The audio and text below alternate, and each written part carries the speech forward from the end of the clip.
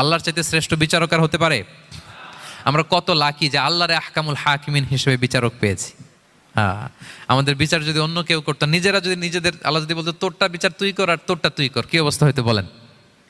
যার সাথে যার শত্রুতা আছে ওইখানে দেখাই দিত। কিন্তু আমরা বিচারক হিসেবে পেয়েছি কাকে? আল্লাহ কি পার্সিয়ালিটি করবে বিচারে? স্বজন প্রীতি করবে? কারো উপর জুলুম করবে? কাউকে ঠকাবে?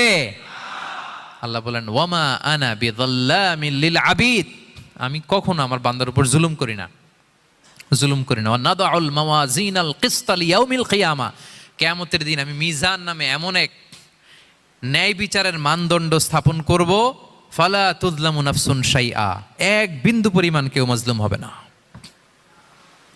এক বিন্দু পরিমাণ কেউ মাজলুম হবে না। এজন্য দুনিয়াতে যদি বিচার না পান, আল্লাহর দরবার বিচারটা দিয়ে রাখেন, সেদিন বিচার হবে। আহকামুল হাকিমিন আপনারা ঠকাবেন।